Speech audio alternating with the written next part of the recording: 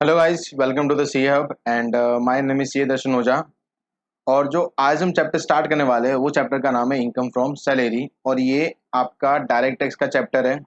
और आप ऐसा बोल सकते हो कि for C A inter even new और ओल्ड सिलेबस और सी एस एग्जीक्यूटिव और आपका सी एम ए इंटर, सबके लिए चैप्टर बहुत इंपॉर्टेंट रोल प्ले करता है, क्योंकि ये चैप्टर नॉर्मली एग्जाम में हमेशा पूछा जाता है और ये एग्जाम में 7 से 8 मार्क का वेटेज कैरी करता है, यस और नो। तो आपका अगर जो भी रिस्पेक्टिव आपके है 60 मार्क का पेपर में आपका 8 से 10 मार्क ये चैप्टर कवर करता है। और कंप्यूटेशन और टोटल इनकम में भी मे बी ये पूछा जा सकता है, ठीक है। ये चैप्टर पढ़ने से पहले इस बहुत बार ये क्वेरीज आती है कि सर ये चैप्टर बहुत टफ है, बराबर ना। ये चैप्टर बहुत टफ है, याद नहीं हो पाता है, क्योंकि ये चैप्टर में ना कुछ लिमिट दी हुई है, कुछ अमाउंट दिए हुए हैं, कुछ परसेंटेज दिए हुए हैं। तो ये परसेंटेज गवर्नमेंट ने डिसाइड किया हुआ है, तो अपने को ये परसेंटेज याद रखना ही पड़ेगा। और ये याद रखने के लिए आपको ये चैप्टर एटलीस्ट आपको कम से कम 5 से 6 बार तो रिवाइज करना पड़ेगा विद रिटन प्रैक्टिस। तो ये चैप्टर, और इसमें से आपको टफ क्वेश्चन नहीं पूछते हैं, नॉर्मल सा क्वेश्चन पूछते हैं कि ये सैलरी, आपको सैलरी कैलकुलेट करना पड़ता है, यस और नो। तो ये चैप्टर जब भी मैं पढ़ा रहा हूँ तो आपको पूरा कंसंट्रेशन वो चैप्टर पे ही देना है कि यस सर ये चैप्टर हमको अच्छे से पढ़ना है, क्योंकि चैप्टर इवन आपको अच्छे मार्क्स दिलवा सकता है। क्योंकि अभी मैं स्टार्ट में बोला कि 8 से 7 से 8 मार्क आपका कवर करता है, यस और नो।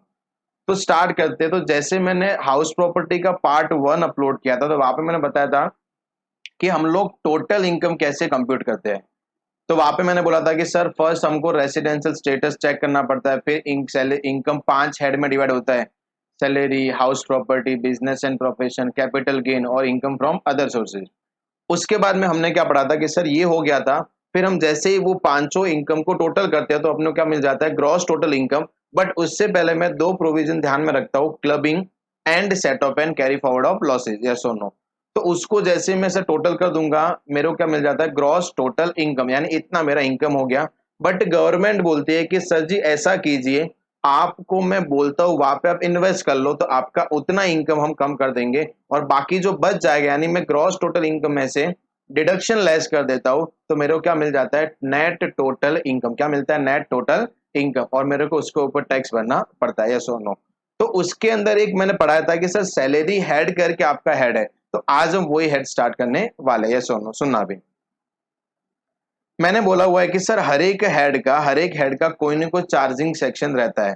तो ये हेड का चार्जिंग सेक्शन आपका है 15। कौन सा है, 15। तो यहाँ पे मैं लिख देता हूँ चार्जिंग सेक्शन नंबर 15।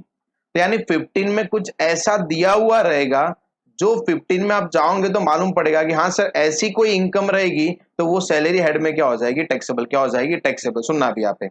बट उससे पहले आपको दो पॉइंट अच्छे से समझने हैं। फर्स्ट क्या लिखा है, any income will be chargeable under salary head if their employer employee relationship, बराबर ना।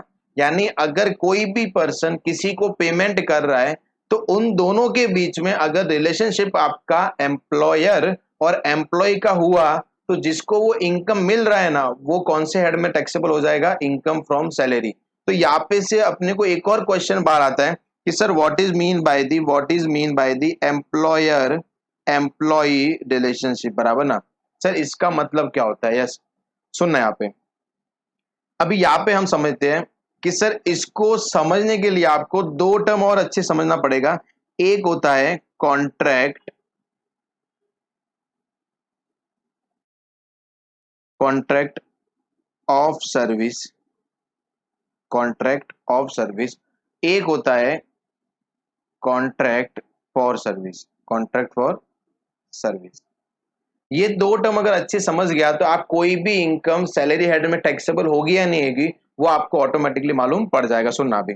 तो अगर मैं आपको बोलता हूं कि 1 मिनट आप बैठ के इसको सोचो कि सर कॉन्ट्रैक्ट ऑफ सर्विस क्या होता है और कॉन्ट्रैक्ट फॉर सर्विस क्या होता है, तो हम लोग क्या बोलेंगे मालूम है, सर सर्विस का कॉन्ट्रैक्ट, क्योंकि हम लोग ऑफ मतलब का, और सर कॉन्ट्रैक्ट फॉर सर्विस मतलब सर्विस के लिए कॉन्ट्रैक्ट, सर्विस के लिए कॉन्ट्रैक्ट। हम 1 मिनट सोचेंगे, उसके बाद में अपना आंसर यही आने वाला है कि सर कॉन्ट्रैक्ट ऑफ सर्विस दोनों इक्वल ही होते हैं। और जब इक्वल है तो यहाँ पे डिफ्रेंशिएट क्यों कर रहे हैं हम लोग, बराबर है, सुनो। तो यहाँ पे एक चीज तो फिक्स है कि दोनों का मीनिंग अलग है। सुनना भी, जैसे मैं एग्जाम्पल लेता हूं कि जो भी ये वीडियो देख रहे हैं, जो भी रिस्पेक्टिव आपका डिग्री है, आप सब लोगों ने वो डिग्री क्या कर दिया, अचीव कर लिया है। आप सब लोगों ने वो डिग्री क्या कर लिया है, अचीव कर लिया है। यस, आप सब लोग प्रोफेशनल बन गए। और मैंने एक बोला था कि अगर आप 3 साल में सीए बन गए तो मैं भी कितने किधर बड़ा इंसान बनेगा, तो मैं भी एक बड़ी मल्टीनेशनल कंपनी का मालिक बन गया। क्या बन गया, मल्टीनेशनल कंपनी का ओनर बन गया बराबर। अभी मैंने तुमको बोला था कि तुम सब लोग मेरी कंपनी में आना, मैं आपको जॉब दे दूंगा, मैं आपको जॉब दे दूंगा, ठीक है। हुआ ये, आप सब लोग सीए, सीएच, सीएमए जो भी आप डिग्री कर रहे हो आप बन गए, आप मेरी कंपनी में आ गए इंटरव्यू के लिए। अभी तुमको मालूम है कि सर तो अपने ही है बराबर ना, अपने को तो नौकरी मिल ही जाएगी, अपने को जॉब मिल जाएगी। इंटरव्यू था, ये रूम में अपना इंटरव्यू चल रहा है, यहाँ पे मैं बैठा हुआ हूँ, ये अपना राउंड टेबल, यहाँ पे आप बैठे हुए बराबर। चलिए फिर इंटरव्यू चालू हो गया, मैंने बोलना स्टार्ट किया, मैं बोलना लगा कि सुनो अभी, तो आप में से कोई बंदा हाथ ऐसा कर लिया, बोलते सर रुको हम बोलेंगे बराबर ना। मैं बोला बोलो फिर। सर देखो, हम लोग मेहनत करना जानते हैं। मैंने कहा यस वो हमको ही मालूम है बराबर ना, तुम सीए, सीएस, सीएम में रिस्पेक्टिव डिग्री कर रहे हो और जो इतनी टफ डिग्रियाज है और वो आप कर रहे हो, तो मेहनत तो आपको आती होगी। तो सर देखो, हम लोग है ना 10 बजे आपके ऑफिस में आएंगे। कितने बजे, 10 AM को हम पहुंच जाएंगे। मैं बोला है बंदे बहुत मेहनती है, 10 बजे आने की बात कर रहे हैं, ठीक है। सर आने के बाद में हम लोग 11:30 तक काम करेंगे और 11:30 से लेके हमको 12 तक, सर हमको थोड़ा सा बोलते ना ब्रेकफास्ट का हमको टाइम चाहिएगा, चाय टी कॉफी जो भी, ठीक है। सर 12 टू हम लोग 1 काम करेंगे और 1 से लेके हमको 2 o'clock तक सर हमको क्या चाहिए, लंच करना पड़ता है। मैंने कहा ठीक है तुम बोलते जाओ मैं सुन रहा हूँ। 2 से लेके सर 3 तक हमको सर पावर नैप लेना पड़ता है। हमको क्या लेना पड़ता है, पावर नैप लेना पड़ता है, हमको सोना पड़ता है। मैं बोला ठीक है भाई ये भी तुम करो। सर 3 से लेके हम लोग 6 बजे तक काम करेंगे और 6 बजे बाद में हम लोग चले जाएंगे। और मम्मी बोलते हैं कि बेटा 7 बजे से पहले घर पे आ जाया करो, दुनिया बहुत खराब है बराबर ना। तो सर हम लोग ऐसा काम करेंगे, ऐसा हम लोग काम करेंगे बराबर। तो ये तुमने मेरे को एक शेड्यूल दे दिया है। अभी मेरा पहला क्वेश्चन आपसे, क्या यहाँ पे मैं एग्री करूंगा? क्योंकि आप देख लो ना आप काम कितना कर रहे हो, 10 to 11:30, उसके बाद में किधर 12 to 1, उसके बाद में आप 3 to 6, इतना आप काम कर रहे हो। मैं बोला सैलरी, सर सैलरी तो हम 1 लाख से कम लेंगे ही नहीं बराबर ना, क्योंकि हमारा इतना डिग्री का वैल्यू है। मैं बोला भाई ठीक है, तो ऐसा करना आप कल से एक भी बंदा आना मत बराबर ना। यस, क्योंकि यहाँ पे क्या होगा मालूम है, जब भी आप किसी कंपनी में जाते हो ना, किसी कंपनी में जॉब पे, तो आपको खाली सुनना होता है, बोलने वाला बंदा यही रहेगा। इसके ही टर्म्स एंड कंडीशन आपको फॉलो करने पड़ेंगे। If you like terms and condition तो कल से आ जाओ, अगर आप लाइक नहीं करते हो तो फिर आप दूसरा जॉब ढूंढ लो बराबर, या सुन लो। तो यहाँ पे क्या होता है मालूम है सर, जो ये फ्लो होता है ना, जो ये आपका फ्लो होता है, तो ये फ्लो वन साइड ही होता है बराबर ना। यानी ये बंदा बोलेगा, आपको सुनना पड़ेगा बराबर ना, यस सुनो, ये बोलेगा आपको सुनना पड़ेगा। तो उसको हम लोग क्या बोलते हैं, कॉन्ट्रैक्ट ऑफ सर्विस। क्या बोलते हैं, कॉन्ट्रैक्ट ऑफ सर्विस। जहां पे sir terms and condition always one way में फ्लो होगा। बेटा 10 बजे आना है, 3 बजे तक हिलना भी मत। 3 बजे लंच मिलेगा, 3 से 3:30 तक तेरे को या तो लंच करना है या पावर नैप करना है, तेरे ऊपर है। 3:30 एग्जैक्ट तेरे को काम पे चालू हो जाना है। चाय भी तेरे को डेस्क पे मिलेगी, किधर भी हिलने की गप्पे मारने की जरूरत नहीं है। और तेरे को 8 बजे तक हम लोग बिठाएंगे। और इन केस कभी कभार काम पड़ गया तो फिर तुमको यहाँ पे घर बनाना पड़ सकता है बराबर, ये सुन लो। अगर तेरे को मंजूर है तो आ जा, नहीं मंजूर है तो तू यहाँ से निकल सकता है। क्या हम उसके अलग बात कर सकते हैं, नहीं ना, हाँ सर मेरे को मंजूर है मैं आ जाएगा। यस, तो इसको हम लोग क्या बोलते हैं, कॉन्ट्रैक्ट ऑफ सर्विस। क्या बोलते हैं, कॉन्ट्रैक्ट ऑफ सर्विस। यस सुनो, अभी सुनना यहाँ पे। अभी तक मैं ये नहीं पढ़ा रहा हूँ कि सैलरी हेड में क्या जा रहा है, मैं ये पढ़ा रहा हूँ कि there are 2 terms. First contract of service, second कौन सा, कॉन्ट्रैक्ट फॉर सर्विस। अभी आप सेकंड टर्म पे आते हैं, contract for service. Contract for service सुनना भी, सर कॉन्ट्रैक्ट फॉर सर्विस मतलब सुनना, तुम सब लोग एक तो जो भी देख रहे हैं, 3 4 5, और यहाँ पे मैं बराबर।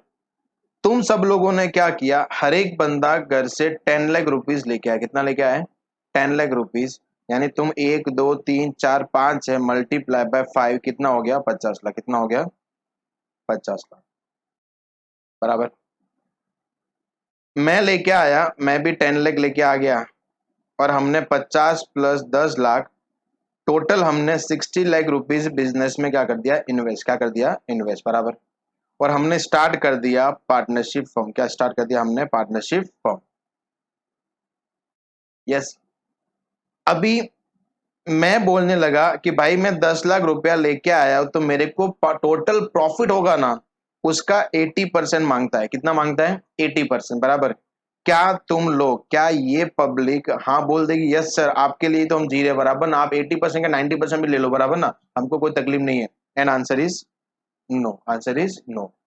क्योंकि सर यहाँ पे क्या होता है मालूम है? आप सपोज हम लोग यहाँ पे कितने लोग हैं? 6 लोग हैं। कितने लोग हैं? 1 2 3 4 5 6। तो यहाँ पे जो आप रेशियो डिसाइड करोगे ना, सपोज 20 है, इस 15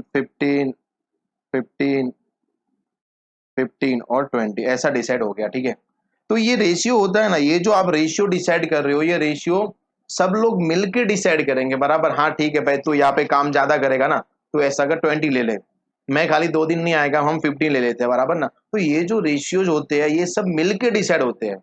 जॉइंट वेंचर आप बोल दो, बराबर ना? यस। तो ये सब ऐसे सब कॉन्ट्रैक्ट है जो दोनों लोग मिलके डिसाइड करते हैं, यानी जहां पे आपका कंडीशन दोनों साइड से फ्लो होने वाला है, इधर से भी फ्लो होगा और इधर से भी फ्लो होगा। और जब वो म्यूचुअली एग्रीड हो जाएंगे ना, तब जाके वो ये कॉन्ट्रैक्ट बनता है। बराबर ना? जैसे आप पार्टनरशिप एक्ट ले लो, जो भी आप बोले हो, तो ये जो एग्जांपल है कौन सा? आपका कॉन्ट्रैक्ट फॉर सर्विस। कौन सा है? Contract for service. बराबर। तो यहाँ पे अपने पास दो टर्म है। कौन सा है? कॉन्ट्रैक्ट ऑफ सर्विस, जहां पे सर सिंगल फ्लो होता है, और कॉन्ट्रैक्ट फॉर सर्विस में टर्म्स एंड कंडीशन दोनों मिलके फ्लो करते हैं, और लास्ट में वो क्या करते हैं? दोनों मिलके म्यूचुअल अग्रीड होके क्या करते हैं? डिसाइड करते हैं कि ये कौन से हेड में जाएगा। कॉन्ट्रैक्ट फॉर सर्विस बोलते हैं, कॉन्ट्रैक्ट ऑफ सर्विस बोलते हैं। ठीक है। तो यहाँ पे अपने को समझ क्या रहेगा कि सर कॉन्ट्रैक्ट ऑफ सर्विस मतलब one side condition, and contract for service मतलब सब लोग मिलके म्यूचुअली अग्रीड करते हैं। अभी मैं यहाँ पे एक ही स्टेटमेंट बोलूंगा कि सर अगर अगर कॉन्ट्रैक्ट ऑफ सर्विस आपको लग रहा है तो वो जाएगा सैलरी हेड में। कौन से हेड में चला जाएगा? सैलरी हेड में। और कॉन्ट्रैक्ट फॉर सर्विस आपको लग रहा है तो वो जाएगा आपका अदर हेड में, या तो बिजनेस या इनकम फ्रॉम अदर। सो आप जो भी बोल दो। ठीक है। याद रहेगा क्या बोला मैंने? कि अगर आपको लग रहा है कि ये इनकम जो आ रही है ये कॉन्ट्रैक्ट ऑफ सर्विस के थ्रू आ रही है तो वो जाएगा कहाँ पे? सैलरी हेड में। और अगर आपको लग रहा है कि ये इनकम कॉन्ट्रैक्ट फॉर सर्विस के थ्रू आ रही है तो वो कहाँ पे जाएगा? आपका अदर हेड्स। बराबर ना? Yes sir. मैं अभी यहाँ पे क्लियर नहीं कर रहा हूँ कि अदर हेड बिजनेस में जाएगा या अदर सोर्स में जाएगा, जो भी नेचर रहेगा वो हिसाब से टैक्सेबल हो जाएगा। सुनना भी यहाँ पे, तो यहाँ पे देख लो, यहाँ पे लिखा हुआ है कॉन्ट्रैक्ट ऑफ सर्विस, तो ये यस मतलब कौन से हेड में जाएगा? सैलरी हेड में। कौन से हेड में जाएगा? सैलरी हेड में। क्योंकि कॉन्ट्रैक्ट ऑफ सर्विस से आप एम्प्लॉयर एम्प्लॉई रिलेशनशिप सेटिस्फाइड कर लेते हो। जैसे रिलेशनशिप बिटवीन मास्टर और सर्वेंट। बराबर ना? नौकर और मालिक। अभी मास्टर बोलेगा भाई गिलास पानी लेके आ, तो नौकर तो ना बोलेगा नहीं तू लेके आ। बराबर ना? उसको लेके ही आना है, जो वो बोलेगा उसको करना ही है। तो ये जो आपके जितने भी एग्जाम्पल है ये सब कौन से हेड में जाएंगे? आपके सैलरी हेड में। और ये जो एग्जाम्पल है ये आपके जाएंगे अदर सोर्स या बिजनेस एंड प्रोफेशन। यस और नो? तो यहाँ पे देखो आप पढ़ोगे समझ आएगा। डिपेंडेंट एम्प्लॉय बोल दो। अभी एम्प्लॉय मल्टीनेशनल कंपनी में काम कर रहा है तो उसको जो भी अमाउंट मिलेगा वो सैलरी हेड में क्या हो जाएगा? Taxable. Teachers remuneration, person having charge of ministry. और यहाँ पे हम लोग आते हैं एमपी एमएलए सैलरी। बराबर ना? सुना, एमपी एमएलए सैलरी अपने को मालूम है कौन से हेड में जाता है? Income from other source. कहाँ पे जाता है? Income from other source. और अगर कोई मिनिस्टर को सैलरी मिल रहा है तो वो कौन से हेड में जाएगा? Salary head. कहाँ पे चला जाएगा? वो सैलरी हेड में। रीजन क्या होता है कि सर जो एमपी एमएलए होते हैं ना वो गवर्नमेंट अपॉइंट नहीं करती है, वो पब्लिक अपॉइंट करती है। बराबर। तो यहाँ पे सपोज गवर्नमेंट है, यहाँ पे ये एमपी और एमएलए है, और यहाँ पे अपनी पब्लिक है। क्या? अपनी पब्लिक है। तो जब ये अपॉइंट करती है ये तो खाली उनको ड्यूटी करने का अमाउंट देती है। बराबर? ड्यूटी करने का अमाउंट देती है।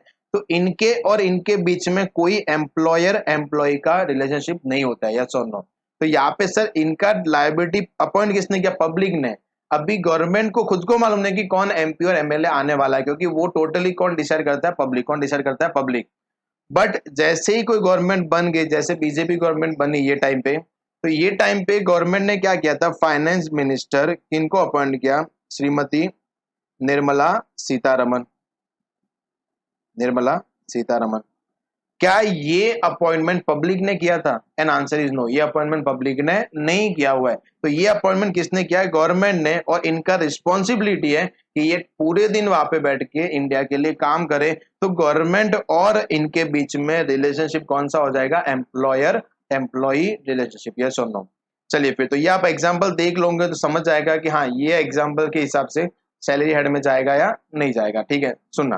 तो यहाँ पे अपन ने क्या सीखा? Contract of service. Contract of service हमेशा कौन से हेड में जाएगा? आपका सैलरी हेड। कहाँ पे चला जाएगा? सैलरी हेड में। यस सुनना, सुनना भी। यहाँ पे एक सेकेंड टर्म्स दिया हुआ है, any benefit amenities or facilities provided by employer to employee will be taxable in salary head।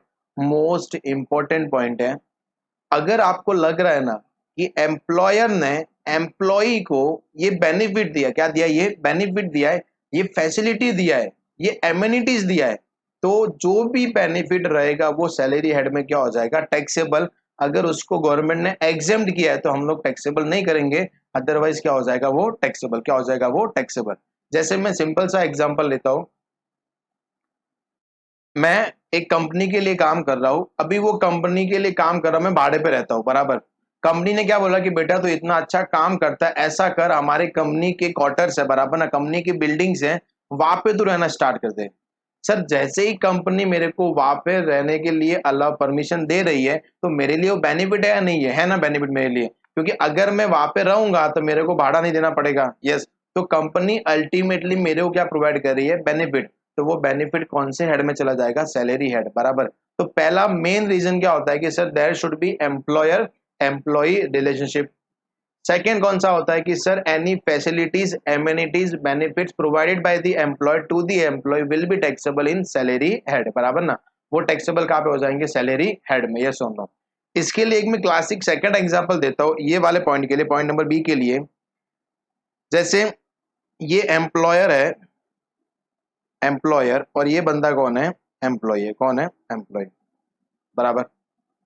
अभी एम्प्लॉय को क्या, एम्प्लॉयर के पास जाके बोलता है कि सर जी मेरे को 5 लाख का लोन दे दो, 5 लाख का लोन दे दो, मेरी बेटी की शादी है, मेरी बेटी की शादी है, सर उसके लिए मेरे को लोन चाहिए, क्या आप लोन दोगे? एम्प्लॉय बोला कि भाई तू इतना अच्छा काम करता है, क्यों लोन नहीं दूंगा, बराबर, तू लोन लेके जा, बट याद रखना मैं इंटरेस्ट चार्ज करूंगा कितना? 10%। कितना चार्ज करूंगा? 10%, बराबर। यानी मैं तेरे को फ्री में नहीं दूंगा, क्योंकि तू भी फ्री में काम नहीं कर रहा है ना, तो मैं तेरे को क्या दे रहा, चार्ज करूंगा इंटरेस्ट, बट तू लोन लेके जा। ये भाई दिमाग वाला है, ऑब्वियसली दिमाग वाले सब होते हैं, सब वही देखते हैं कहाँ से मेरे को बेनिफिट मिलेगा।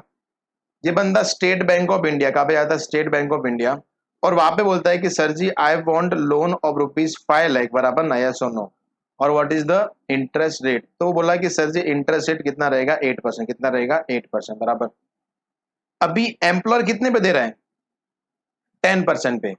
यहाँ पे स्टेट बैंक ऑफ इंडिया कितने पे दे रही है? 8% पे। तो अगर ये बंदा, अगर ये एम्प्लॉई एम्प्लॉयर से लोन लेता है, तो क्या ये बेनिफिट होगा या नहीं होगा? नहीं होगा ना, यस। क्योंकि इसको यहाँ पे इंटरेस्ट कितना देना पड़ रहा है? 10%, जबकि मार्केट में इंटरेस्ट रेट कितना चल रहा है? 8%। तो बेचारा 2% तो और अपने जेब से दे रहा, ज्यादा है ना, तो ये कभी भी बेनिफिट काउंट नहीं होता है। तो ये वाला ट्रांजेक्शन कभी भी सैलरी हेड में टैक्सेबल नहीं होता है। यस और नो, बराबर। अभी सुनना है आप, यहाँ पे वो स्टेट बैंक ऑफ इंडिया में जाके बोलता है कि सर जी आप लोन दोगे, बोलते बिल्कुल देंगे, कितना? तो हम सर इंटरेस्ट रेट चार्ज करते कितना? 12%। कितना चार्ज करते हैं? 12%। तो एम्प्लॉयर कितना इंटरेस्ट चार्ज कर रहा है? 10%। बाहर स्टेट बैंक ऑफ इंडिया कितना इंटरेस्ट ले रही है? 12%। अब जाके एम्प्लॉयर ने कितना बेनिफिट दिया उसको? 2%। और हम लोग पहले ही पढ़ रहे हैं कि एनी बेनिफिट एमिनिटीज और facilities provided by the employer to the employee will be taxable in salary head. ये सुन लो, तो ये याद रहेगा अपने को। चलिए फिर आगे आते हैं। मैंने पहले ही ऑलरेडी बोला हुआ है कि इनका चार्जिंग सेक्शन कौन सा है? 15। कौन सा है? 15। यस और no. Following income shall be chargeable under salary head. Salary taxable on due basis. Salary taxable on due basis. Any salary due from employer or former employer to the assessee in previous year. मैं आपको normal समझाता हूं कि या तो salary taxable होगा due basis, या फिर और रिसीव्ड दोनों में से जो भी क्या होता है पहले, whichever is earlier, whichever is earlier. Let us take the example.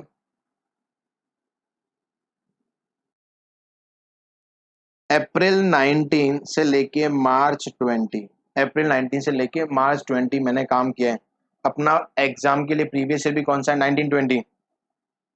मेरे को यहाँ पे सैलरी मिला था कितना, 8 लाख। कितना मिला था मेरे को, 8 लाख। तो ऑब्वियसली 8 लाख तो ड्यू भी कभी हुआ रहेगा, 1920 में ही हुआ रहेगा ना, यस और नो। और रिसीव भी वहां पे हो गया, तो ड्यू और रिसीव दोनों में जो पहले होता है, तो आपको ये 8 लाख पे टैक्स कभी भरना पड़ेगा 1920 में। बट सर जब मार्च आया ना, मार्च 20, तो वो टाइम पे मेरे को पैसे का अर्जेंसी था, बराबर। तो मैंने क्या किया, उनको क्या बोला कि सर जी आप अप्रैल 20 और मई 20 और जून 20 इनका सैलरी आप अप्रोक्सीमेट बोलता हो कि सर मेरे को एटलीस्ट 1,80,000, कितना, 1,80,000 एडवांस में दे दो ना, मार्च में, कभी दे दो मार्च में। तो इसने क्या मांगा उनके पास से, एडवांस। क्या मांगा उनके पास से, एडवांस, बराबर। सर सुनना अभी, क्या ये तीनों महीने का सैलरी ड्यू हुआ है, नहीं हुआ है, क्योंकि उसने वो काम ही नहीं किया है। तो सर क्या ये सैलरी अपने को मार्च 20 में रिसीव्ड हो गया है, नहीं हुआ है? आंसर इज यस, बराबर सर, रिसीव्ड हो गया है। तो यहाँ पे क्या हो जाएगा, 8 लाख तो 1920 का टैक्सेबल होने ही वाला है, 8 लाख, अलोंग विथ जो आपने 3 महीने का एडवांस सैलरी भी लिया ना, कितना लिया, 1,80,000। तो टोटल आपको 1920 में 9,80,000 पे टैक्स भरना पड़ेगा। ये कौन से साल का टैक्सेबल, इन प्रीवियस ईयर 1920, क्योंकि इनका सैलरी ड्यू नहीं हुआ बट रिसीव तो हो गया ना। और सेक्शन 15 क्या बोलता है, ड्यू और received whichever is earlier, whichever is earlier, yes और नो। सुनना भी, फिर वो क्या बोल रहा है, arrear of salary taxable on receipt basis due to court dispute, बराबर ना। कोर्ट ने ऑर्डर दे दिया कि भाई सब मजदूरों की सैलरी पुराने 3 साल से 1,000 रुपया बढ़ा के दे दो, बराबर ना। तो वो जिस साल में उनको मिलेगी ना, वो साल में क्या हो जाएगा, टैक्सेबल, बराबर। जैसे कोर्ट ने ऑर्डर दिया 1920 में कि 16-17 का 10 लाख जो अरियर सैलरी है वो ये साल में इनको दे दो, बराबर ना, ये साल में इनको दे दो। तो जिस साल में मिलेगी ना, वो साल में क्या हो जाएगी, टैक्सेबल। क्या हो जाएगी, टैक्सेबल। कंडीशन ये है कि पहले कोई भी वो सैलरी पे टैक्स भरा हुआ नहीं होना चाहिए। इन शॉर्ट क्या बोल रहा हूँ कि sir arrear of salary will be taxable in the year of received if tax has not been paid earlier, बराबर ना, यस और नो। तो यहाँ पे 3 इंपॉर्टेंट पॉइंट थे for the purpose of section 15। The first one is salary will taxable on due, और second one को अपन ने इनकॉर्पोरेट कर लिया, ड्यू और received whichever is earlier, जो अपन को ये एग्जाम्पल के थ्रू मालूम पड़ गया है। And third one is arrear of salary. Court ने कोई डिसीजन दे दिया, बराबर ना, कि सर जी आपका पुराना सैलरी जो मजदूरों का बाकी है वो 1,000 रुपया बढ़ा के दे दिया जाए, बराबर ना। तो वो सैलरी जिस साल में मिलेगा वो साल में क्या हो जाएगा, टैक्सेबल। क्या हो जाएगा, टैक्सेबल, यस और नो। उसके बाद में हम लोग पहले ही पढ़ा हुआ है कि कोई भी सैलरी अगर मैं पार्टनर्स को दूंगा तो वहां पे कॉन्ट्रैक्ट ऑफ सर्विस नहीं था, वहां पे कौन सा था, कॉन्ट्रैक्ट फॉर सर्विस। तो वो कहाँ पे जाएगा, बिजनेस एंड प्रोफेशन। और बिलीव मी और नॉट, ये एग्जाम का सबसे कंफ्यूजन पार्ट रहता है। अभी बहुत सिंपल लगता है, एग्जाम में दिया जाता है कि सैलरी ऑफ 2 पार्टनर्स, तो हम लोग सैलरी वर्ड ढूंढ के सीधा कहाँ पे लेके चले जाते हैं, सैलरी। कहाँ पे लेके चले जाते हैं, सैलरी, जो बहुत रॉन्ग है, बराबर। सैलरी अगर पार्टनर्स को मिल रहा है तो वो ऑलवेज कहाँ पे टैक्सेबल होगा, बिजनेस एंड प्रोफेशन। कहाँ पे चला जाएगा, बिजनेस एंड प्रोफेशन, यस और नो। सैलरी बोल दो, इंटरेस्ट ऑन कैपिटल बोल दो, ये सब टैक्सेबिलिटी कहाँ पे आता है, बिजनेस एंड प्रोफेशन, यस और नो, याद रहेगा यहाँ पे। तो अपन ने यहाँ पे क्या पढ़ा कि सर ये 2 इंपॉर्टेंट पॉइंट है, there should be employer employee relationship. Second कौन सा, any benefit amenities facilities provide by the employer to the employee will be taxable in salary head. फिर क्या पढ़ा, contract of service, contract for service. Contract of service मतलब क्या होता है, one side condition flow होगा। कॉन्ट्रैक्ट फॉर सर्विस मतलब क्या होता है कि both the side condition flow होगी, देन म्यूचुअली अग्रीड होगी, फिर जाके क्या बनेगा, कॉन्ट्रैक्ट बनेगा, यस और नो। तो जो कॉन्ट्रैक्ट ऑफ सर्विस है वो सैलरी हेड को अट्रैक्ट करते हैं, जो कॉन्ट्रैक्ट फॉर सर्विस है वो अदर हेड्स को अट्रैक्ट करते हैं, यस और नो। फिर क्या पढ़ा, चार्जिंग सेक्शन 15 में क्या पढ़ा अपन ने, आइदर ड्यू और received whichever is earlier, और arrear of salary will be taxable in the year of received. But condition क्या है कि वो सेम सैलरी पुराने सालों में टैक्सेबल नहीं होनी चाहिए। और कोई भी पार्टनर्स को अगर सैलरी मिल रहा है तो वो कहाँ पे जाएगा, बिजनेस एंड प्रोफेशन, यस और नो।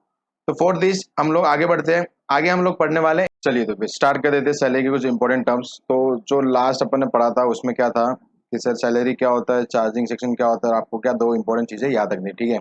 एम्प्लॉयर एम्प्लॉय रिलेशनशिप, और क्या बोला था यहाँ पे, कोई भी फैसिलिटीज एम्यूनिटीज बेनिफिट्स जो प्रोवाइड करता है कौन, एम्प्लॉय टू दी एम्प्लॉय, वो अपने को क्या हो जाएगा, टैक्सेबल सैलरी हेड में, ठीक है। तो उसके बाद में हम लोग आगे इंपॉर्टेंट टर्म्स पे आते हैं। फर्स्ट आता है आपका पे स्केल, यस, कि सर सैलरी आपको जो एम्प्लॉयर देता है वो आपको दो टाइप से सैलरी दे सकता है। फर्स्ट कौन सा है, फिक्स्ड पे स्केल, कौन सा है, फिक्स्ड पे स्केल, यानी जहाँ पे ये नॉर्मली अपने को मालूम है कि जैसे मैं जॉब के लिए वहां पे गया तो एम्प्लॉय मेरे को क्या बोला कि सर आपको कितना 70 या 80,000 रुपीज पर मंथ आपको सैलरी मिल जाएगा, ठीक है। यहाँ के लिए मैं बोला कि अपना जो एग्जाम के लिए प्रीवियस ईयर है वो कौन सा आपका 1920, कौन सा है 1920। और जब भी मैं बोलता हूँ कि 1920 तो आपके माइंड में आना चाहिए कि सर 1920 स्टार्ट कहाँ से होता है, 1 अप्रैल 19 एंड कहाँ पे होता है 31 मार्च 2020, यस और नो। तो जब भी मैं बोलूंगा एग्जाम पर्पज के लिए अपना प्रीवियस ईयर कौन सा है 1920, तो स्टार्ट कहाँ से होता है 1 अप्रैल 19, एंड कहाँ पे हो जाएगा 31 मार्च 2020। तो फिक्स पे स्केल में क्या होता है कि सर मैं किसी के पास गया तो वहां पे बोला कि सर जी आपका सैलरी कितना रहेगा 30,000, कितना रहेगा 30,000। तो एक महीने का 30,000 सैलरी है तो 12 मंथ्स का कितना हो जाएगा 3,60,000, कितना हो जाएगा 3,60,000, यस और नो। ग्रेडेड पे स्केल क्या होता है कि सर आपको कुछ ऐसा दिया रहेगा कि आपका सैलरी ऐसा रहेगा बराबर 30,000, 2,000, 40,000, 3,000, 70,000, यस। तो इसको एक समझना बहुत डिफिकल्ट है, ठीक है। सुनना यहाँ पे हम एक थोड़ा सा एग्जांपल लेते हैं उसके लिए कि सर ये एम्प्लॉयर है और ये कौन है, एम्प्लॉय, कौन है एम्प्लॉय। अभी हुआ ये है कि सर एम्प्लॉय उनके पास गया और बोला कि सर मेरे को क्या चाहिए, जॉब चाहिए, ठीक है। तो उसने बोला, और ये कभी की बात है 1 अप्रैल 2016 की बात है, कभी की बात है 1 अप्रैल 2016 की बात है।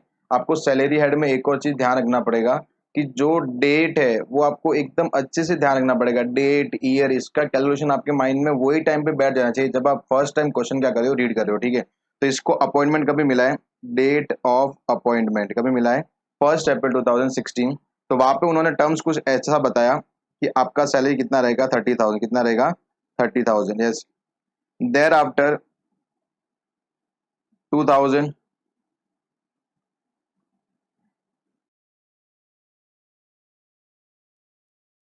थोड़ा सा इसको चेंज कर देता हूं मैं, 30,000, 2,000, 34,000 एंड फिर कितना 1,000 till 40,000 and thereafter 5,000, yes. तो मेरे को उन्होंने कुछ ऐसा सैलरी हाईलाइट करके दिया हुआ है, बराबर। तो इसको मैं फिक्स सैलरी नहीं बोली, कौन सा रहेगा आपका ग्रेडेड सैलरी, कौन सा रहेगा ग्रेडेड सैलरी। आपको क्वेश्चन में ऐसा दिया हुआ हो सकता है कि 1 अप्रैल 2016 को उसको अपॉइंट किया था और उसका ग्रेड ये टाइप से था, ठीक है। अभी सुनना यहाँ पे ध्यान से सुनना, जो आगे मैं 5 मिनट के लिए जो बोलने वाला हूँ। अभी यहाँ पे क्या होने वाला है कि सर 30,000, इसका मतलब क्या होता है कि आपका स्टार्टिंग में सैलरी कितना रहेगा 30,000, कितना रहेगा 30,000। हर साल आपका सैलरी इंक्रीज कितना होगा 2,000, कितना इंक्रीज होगा 2,000, एंड तब तक इंक्रीज होगा जब तक वो 34,000 तक नहीं पहुंच पाता है, यस। क्या बोला मैंने कि आपका स्टार्टिंग सैलरी कितना रहेगा 30,000 और हर महीने के एंड, हर साल के एंड में आपका 2,000 रुपया इंक्रीज होगा, और तब तक इंक्रीज होगा जब तक सैलरी 34,000 तक नहीं पहुंच जाता है। और जैसे सैलरी आपका 34 तक पहुंच गया फिर इंक्रीज कितना होगा ओनली 1,000, कितना इंक्रीज होगा ओनली 1,000। और तब तक इंक्रीज होगा जब तक आपका सैलरी 40,000 तक पहुंच नहीं जाता है। और फिर आपका हर साल 5,000 रुपया क्या हो जाएगा, इंक्रीज होता जाएगा, ये सुनो। फिर आपका हर साल 5,000 रुपीज क्या हो जाएगा, इंक्रीज। तो होप सो समझा रहेगा। बट यहाँ पे सर मेरे को ध्यान क्या रखना है कि मेरा अपॉइंटमेंट हुआ था 1 अप्रैल 2016, अपॉइंटमेंट कभी हुआ था अपना 1 अप्रैल 2016। तो वो टाइम पे सैलरी कितना था 30,000, कितना था 30,000। अभी जो आप 1 ईयर कंप्यूट करोगे ना वो अपने को फाइनेंशियल ईयर से कंप्यूट नहीं करना है, अपने को जिस दिन मेरा अपॉइंटमेंट हुआ है ना वो टाइम से मेरे को कंप्यूट करना है। तो 1 अप्रैल 2016 से लेके 1 अप्रैल 2017 तक मेरा सैलरी कितना रहेगा, सर ये तो 30,000 था। फिर जैसे 1 अप्रैल 2017 स्टार्ट हो जाएगा मेरा सैलरी 2,000 और बढ़ जाएगा, कितना हो जाएगा 30,000, 2000, यस और नो। इन शॉर्ट में ऐसा बोल सकता हूँ कि सर ये ड्यूरेशन में तुम्हारा सैलरी कितना रहेगा 30,000। फिर 1 अप्रैल 17 से आपका सैलरी कितना हो जाएगा 32,000, यस और नो। सुनना भी यहाँ पे। फिर 1 अप्रैल 17 से आगे हम जाते हैं, तो सर 1 अप्रैल 18 में आपका सैलरी और बढ़ जाएगा और 2000, कितना हो जाएगा 34,000, कितना हो जाएगा 34,000, यस और नो। अभी सुनना यहाँ पे। 1 अप्रैल 16 कितना 30 था।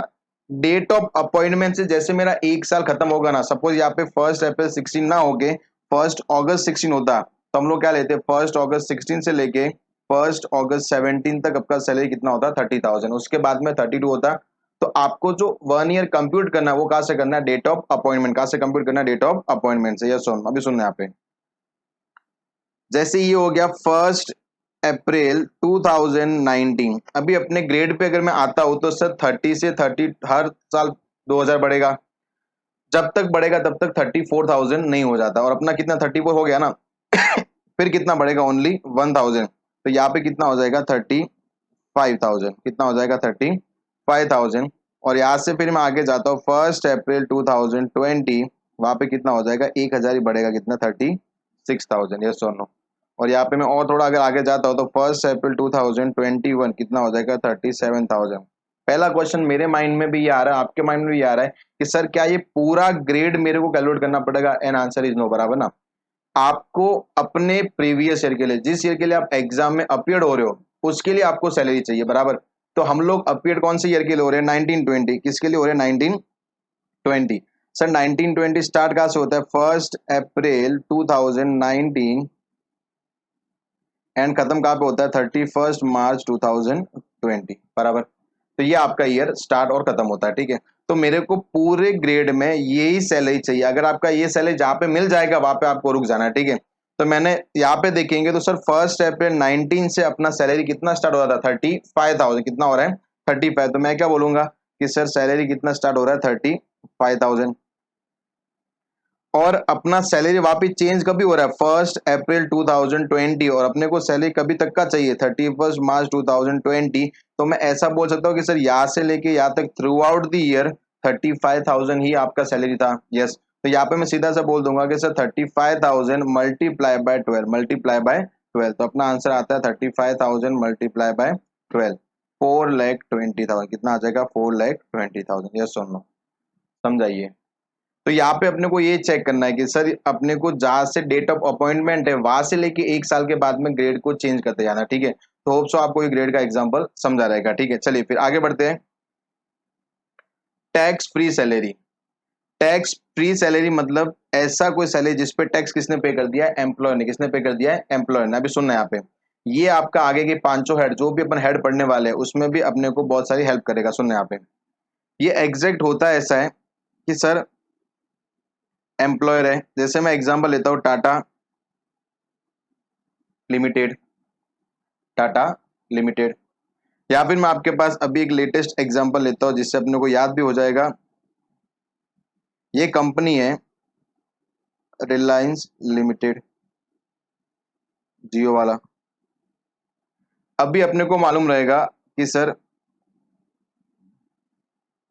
फेसबुक ने रिलायंस के अंदर 9.99% का इन्वेस्टमेंट किया है, और जो अराउंड 44,000, नॉर्मली 43 मैं अराउंड 44,000 ले रहा हूँ, 44,000 करोड़ का इन्वेस्टमेंट है। कितने का, 44,000 करोड़ का इन्वेस्टमेंट है। ये लेटेस्ट न्यूज, आज का न्यूज है, ताकि क्या ये पढ़ते पढ़ते आपको याद भी हो जाएगा फेसबुक ने कितना इन्वेस्टमेंट किया है, 9.99%, अराउंड 44,000 करोड़ का इन्वेस्टमेंट किया हुआ है।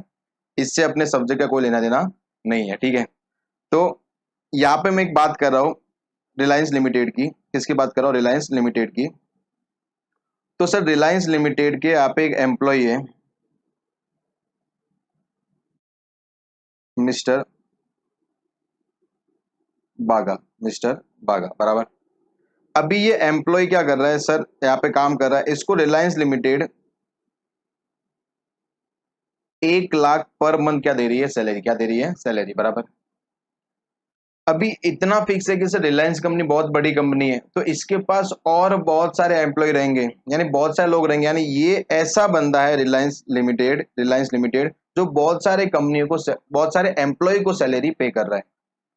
और यानी इन शॉर्ट में ऐसा बोल सकता हूँ कि बहुत सारे एम्प्लॉय को क्या हो रहा है, इनकम, क्या हो रहा है, इनकम। तो गवर्नमेंट ने इसको क्या बोला मालूम है कि यार यहाँ पे तो क्वांटिटी बहुत सही रहेगी, बराबर ना, यानी क्योंकि तो कम से कम बहुत सारे एम्प्लॉय को पेमेंट कर रहा है।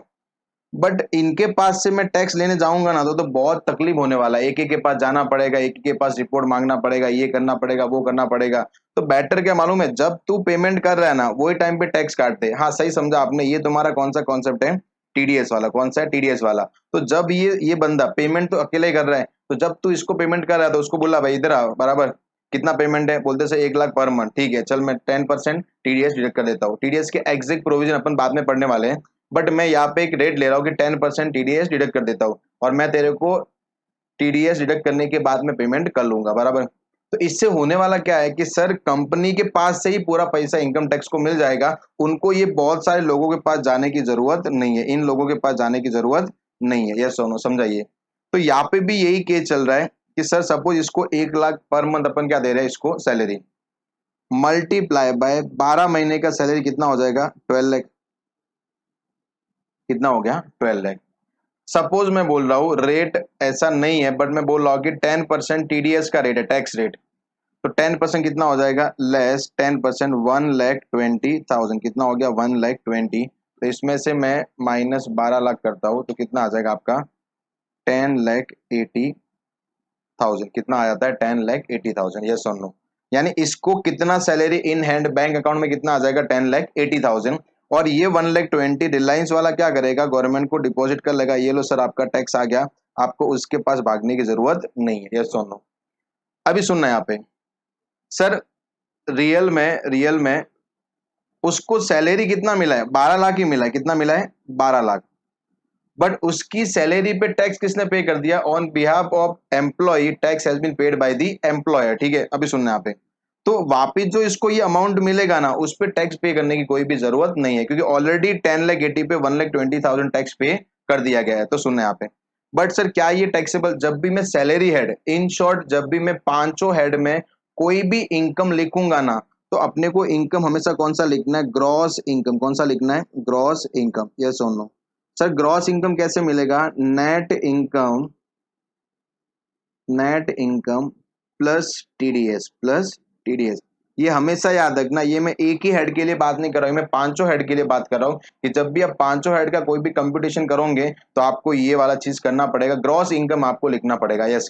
अभी सुनना यहाँ पे, तो यहाँ पे सर नेट इनकम कितना था 10,80,000, कितना था 10,80,000 प्लस टीडीएस कितना है 1,20,000, तो यहाँ पे कितना आ जाएगा 12 लाख। कितना आ जाएगा 12 lakh.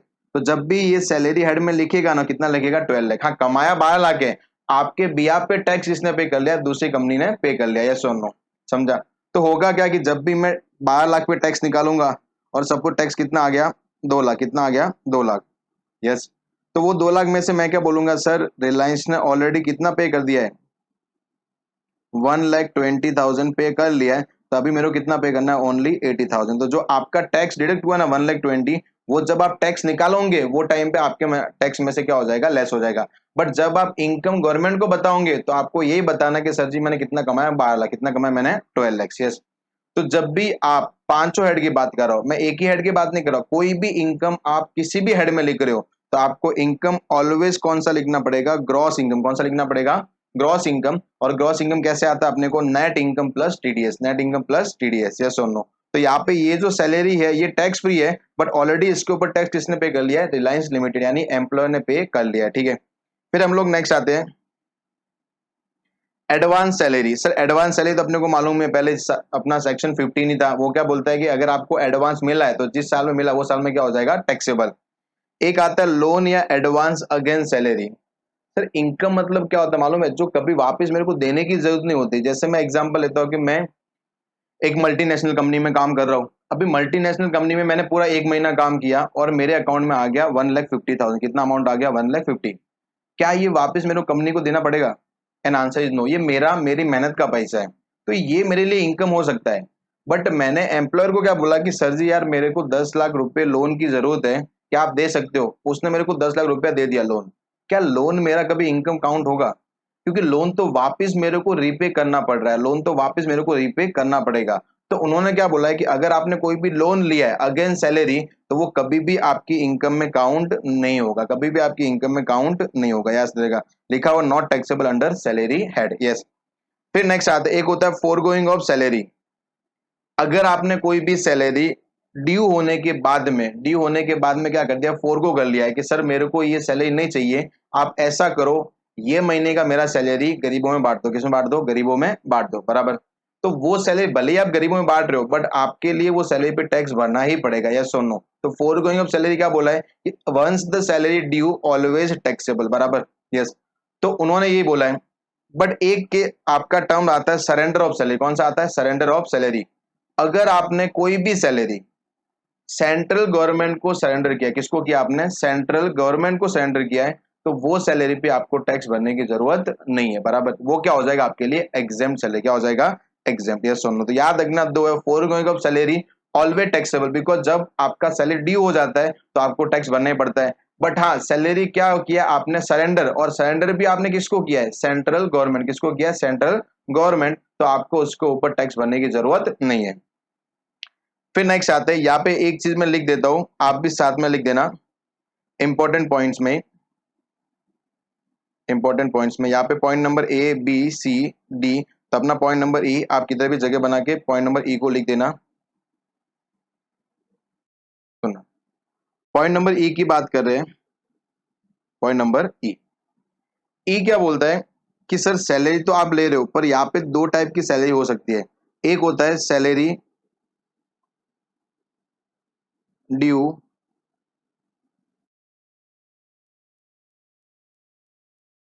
Eight the end of the month. Eight the end of the month. एक होता है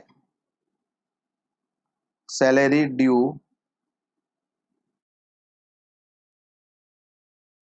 नेक्स्ट डे ऑफ मंथ। सुनना है यहाँ पे, ये आपका पूरा क्वेश्चन का आंसर चेंज कर सकता है, तो आपको ये ध्यान से देखना पड़ेगा एक बार।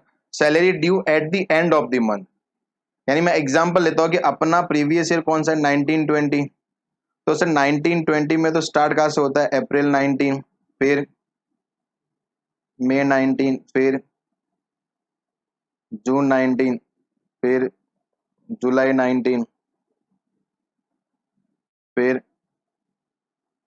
अगस्त, सितंबर, अक्टूबर, नवंबर, दिसंबर, जन 20, फेब 20 और मार्च 20। एक बार चेक करो, एक बार हो अप्रैल मई जून जुलाई अगस्त सितंबर अक्टूबर नवंबर दिसंबर जन फेब मार्च, ठीक है। अभी सुनना है यहाँ पे, तो वो क्या बोल रहा है कि sir salary due at the end of the month, यानी जैसे ही आपने अप्रैल मंथ का काम कर लिया ना, आपका सैलरी अप्रैल मंथ में ही ड्यू हो जाएगा। कौन से मंथ में? अप्रैल मंथ में ही ड्यू हो जाएगा, ठीक है। तो मेरे को अप्रैल की सैलरी का टैक्स कभी भरना पड़ेगा? अप्रैल में ही भरना पड़ेगा। यस और नो? मई की सैलरी का टैक्स सर मई में ही भरना पड़ेगा। जून की सैलरी का टैक्स सर जून में ही भरना पड़ेगा, और ऐसे मेरे को रिस्पेक्टिवली टैक्स वही महीने में भरना पड़ेगा, वही महीने में भरना पड़ेगा। यस, मैं यहाँ पे लिख,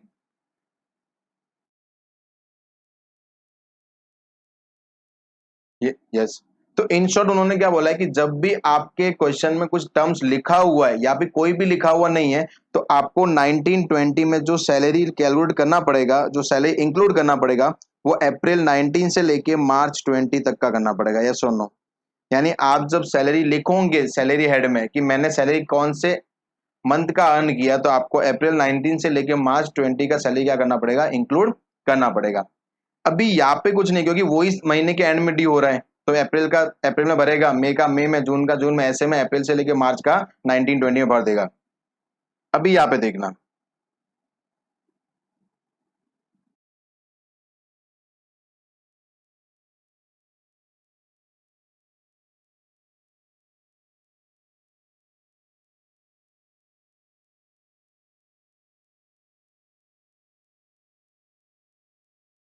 अभी यहाँ पे क्या है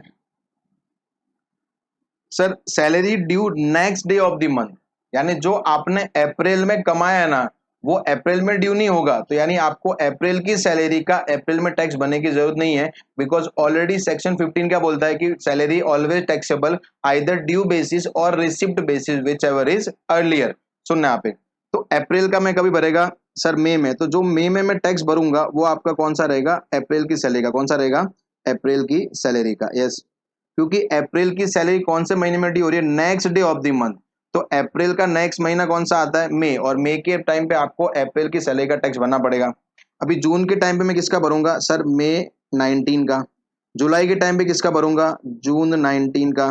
अगस्त के टाइम पे किसका भरूंगा सर, जुलाई 19 का। सितंबर के टाइम पे अगस्त 19 का। अक्टूबर के टाइम पे सितंबर 19 का। नवंबर के टाइम पे अक्टूबर 19 का, अक्टूबर 9। दिसंबर के टाइम पे नवंबर 19 का। जैन के टाइम पे दिसंबर 19 का। फेब के टाइम पे जैन 20 का। और मार्च के टाइम पे फेब 20 का। यस सुन लो, तो आपको ऐसा कुछ करना पड़ेगा। अभी सुनना यहाँ पे सर, तो मैंने अप्रैल 19 का सैलरी का कभी भरा है, मैंने मई में भरा है, तो अप्रैल में भी तो मैंने किसी का भरा रहेगा ना। तो अप्रैल में अपने किसका भरा रहेगा सर, मार्च 19, किसका भरा रहेगा मैंने, मार्च 19 का। तो मार्च 19 का कभी पे किया रहेगा मैंने सर, अप्रैल 19। ये सुनना अभी, तो आपके पास प्रीवियस ईयर कौन सा है, 1920। कौन सा है, 1920। और स्टार्ट कहाँ से होता है, अप्रैल 19, खत्म कहाँ पे होता है, मार्च 20, मार्च 20। तो यहाँ पे आप देखोगे ना, मैं जहाँ पे हाईलाइट करो वहां पे आप देखना कि सर अप्रैल 19 से लेके मार्च 20 तक आप कौन सी सैलरी का टैक्स पे कर रहे हो। तो यहाँ पे आपको आएगा सर, मैं मार्च 19 से लेके फेब 20 तक की सैलरी का टैक्स पे कर रहा हूँ, यस सुनो। तो जब आपको क्वेश्चन में ऐसा लिखा हुआ रहेगा ना कि salary due next day of the month, तो आपको अप्रैल 19-20 में जो सैलरी आप लोगे, जो सैलरी आप इंक्लूड करोगे, वो आपको मार्च 19 से लेके फेब 20 तक का इंक्लूड करना है, यस सुनो। यहाँ पे देख लो, अप्रैल में कौन सी सैलरी पे टैक्स पे कर रहा हूँ, मार्च पे। और फेब में, मार्च में किस पे कर रहा हूँ, फेब 20 पे। तो आपको जो सैलरी लेना है वो कौन सा लोगे आप, मार्च 19 से लेके फेब 20 तक का, यस और नो। तो ये आपको अलग से पॉइंट नंबर ई बना के लिखना पड़ेगा। और जहाँ पे लिखना पड़ेगा salary due at the end of the month, तो वही नॉर्मल आप करते हो, जो आपका 1920 है उसका आपको सैलरी लेना है। But salary due next day of the month, तो आपको मार्च 19 से लेके फेब 20 तक का सैलरी इंक्लूड करना पड़ेगा, यस और नो। समझाइए, तो ये आपका पॉइंट नंबर कौन सा था, ई।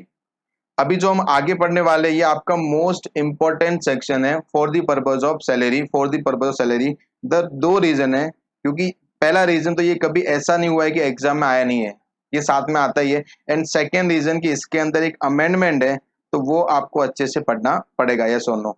तो वो चैप्टर हेडिंग का नाम है deduction available from salary, section 16। Deduction available from salary, section 16।